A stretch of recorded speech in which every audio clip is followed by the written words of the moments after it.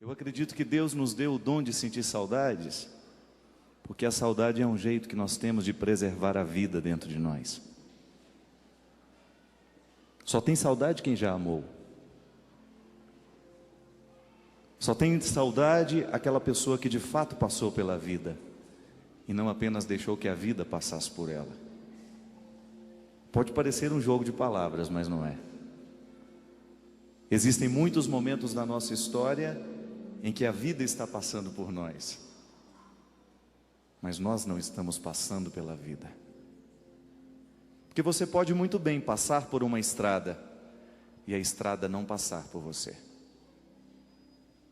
Aí você faz apenas o percurso de ir, mas não permite que nada do que está ao seu lado possa ser derramado dentro de você, a ponto de lhe provocar essa capacidade humana de resguardar a vida, de retirá-la da mira do tempo. Só ama de verdade aquelas pessoas que são capazes de retirar o outro da mira do tempo. Aquelas pessoas que não passam pela vida. Ou melhor, aquelas pessoas que não deixam apenas a vida passar, mas aquelas que de fato passam pela vida, experimentam a beleza de cada instante. Hoje, por exemplo, nós temos uma proposta maravilhosa de pensar a partir de hoje os encontros que nós realizamos na história. Um encontro com Deus. Eu não sei o que te traz aqui. Eu não sei por que você se interessa em vir até a Canção Nova, por exemplo, ou você se interessa em ligar a TV Canção Nova para assistir alguma coisa. Eu parto de uma convicção de que um grande psicólogo da história disse que a fonte de todo desejo é ser desejado. Lacan dizia de maneira muito interessante: a fonte de todo desejo é ser desejado. E desejo está intimamente associado ao conceito de encontro. O que nós encontramos na vida? O que nós buscamos na vida?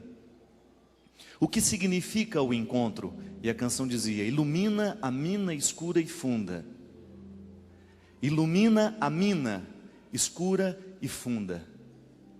Porque nós sabemos que na mina escura e funda há sempre um tesouro a ser retirado. E para que nós possamos encontrar esse tesouro, nós precisamos jogar luzes. Encontrar é, antes de qualquer coisa, a atitude de acender luzes, de dispersar trevas e de favorecer de que aquele nosso momento possa ser de fato de encontro. Tantas oportunidades você já teve de estar diante de Deus, mas não foi encontrado ainda.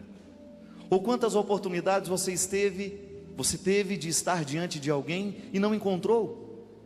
Às vezes nós somos irmãos há 30 anos, 20 anos, marido e mulher há tantos anos, e a gente ainda de fato não se encontrou ainda, porque a gente não acendeu as luzes para o encontro acontecer. É impossível a gente descobrir o tesouro se a gente não acende a luz que nos faz enxergar o tesouro. E muitas vezes nós desperdiçamos a nossa história por causa da nossa preguiça de colocar o dedo no interruptor e de acender a luz que possa clarear o nosso encontro. Porque encontro com Deus é, antes de qualquer coisa, encontro com a humanidade. Encontro com Deus é, antes de qualquer coisa, um encontro pessoal, humano. De você fazer essa experiência maravilhosa de descobrir um rastro de eternidade que está do seu lado, que anda, que chora, que grita, que sente saudade e que provoca dentro de você uma sensação de que você já está ficando eterno. Cada vez que nós amamos, de alguma forma, a vida está ficando eterna em nós e através de nós. E nós corremos atrás de quem nos deixa eternos. E nós vamos atrás de quem nos diz palavras de eternidade. E nós vamos atrás de quem nos olha com olhares de eternidade. Porque nesse mundo marcado pela temporalidade, por tudo aquilo que é tão fugaz, nós estamos cansados de ser olhados de qualquer jeito. Nós estamos cansados de ser esbarrados, de não sermos encontrados nas nossas relações. porque a superficialidade foi tomando conta de nós, e nós nos acostumamos a não acender as luzes, nós nos acostumamos com as trevas da vida, nós nos acostumamos com as realidades escuras, obscuras, com amores impróprios, com encontros obscuros, e nós não descobrimos a graça de viver na claridade do encontro. Porque se por um lado, encontrar é acender luzes, desencontrar é você apagar as luzes. E às vezes a nossa experiência com Deus pode ser marcada por constantes desencontros porque nos falta condições de acender as luzes para que nós possamos enxergar Deus de um jeito certo.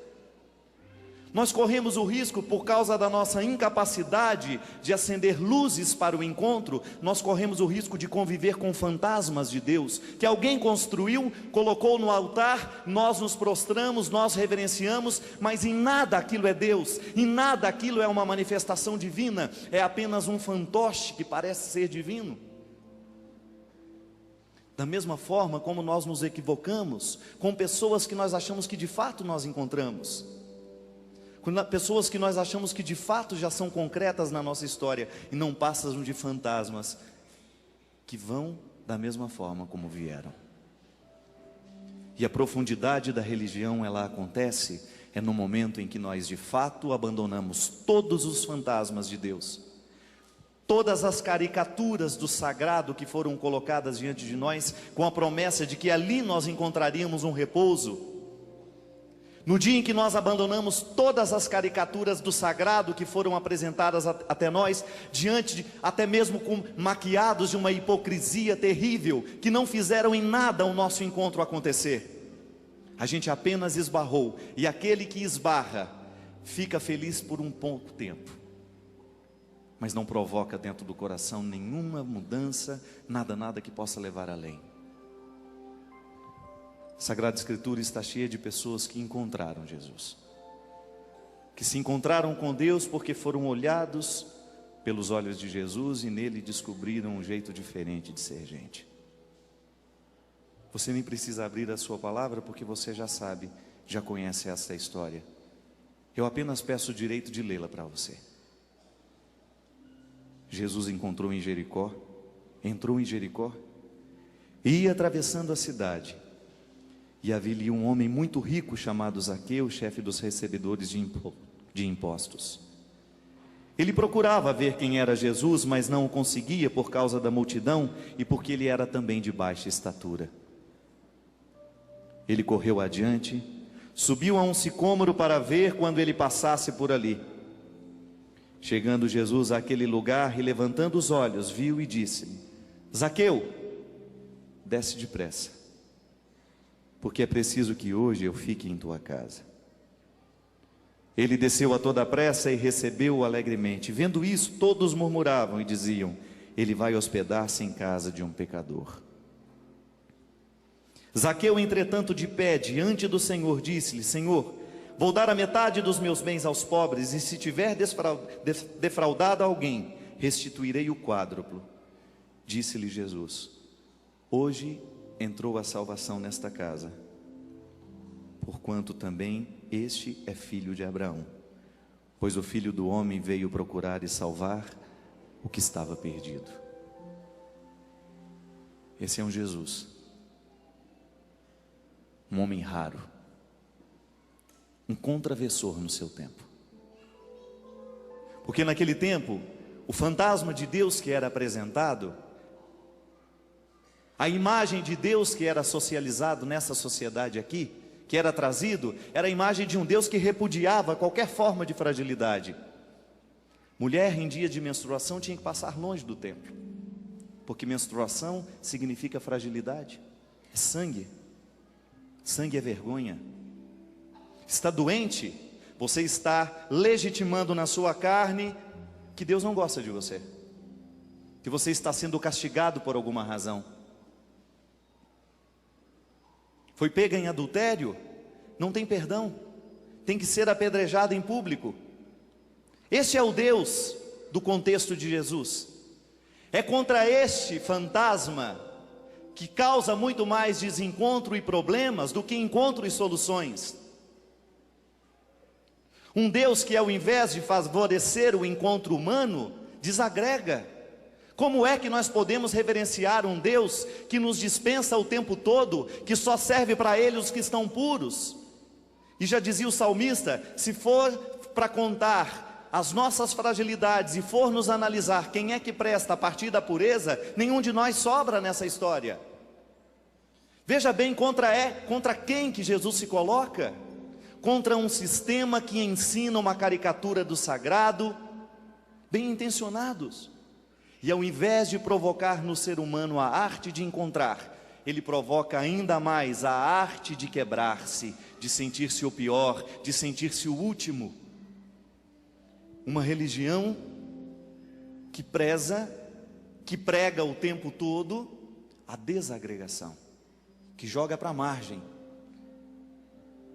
Os que estão à margens, os que estão jogados do lado de fora da cidade, inclusive leprosos não podiam ultrapassar os muros, porque justamente eles estavam ali, aceitando a condição de que eles estavam excluídos, eles estavam fora da salvação. A enfermidade era uma demonstração pública da não predileção por Deus, de Deus, e Jesus vem o contrário. Zaqueu, de certo, vivia toda essa vida desregrada, sem solução, porque ele até então não havia escutado falar de um Deus que preferia os pobres e os miseráveis, os fracos e os pecadores, porque pobreza e miséria estão intimamente associadas a pecados, não é só pobreza material.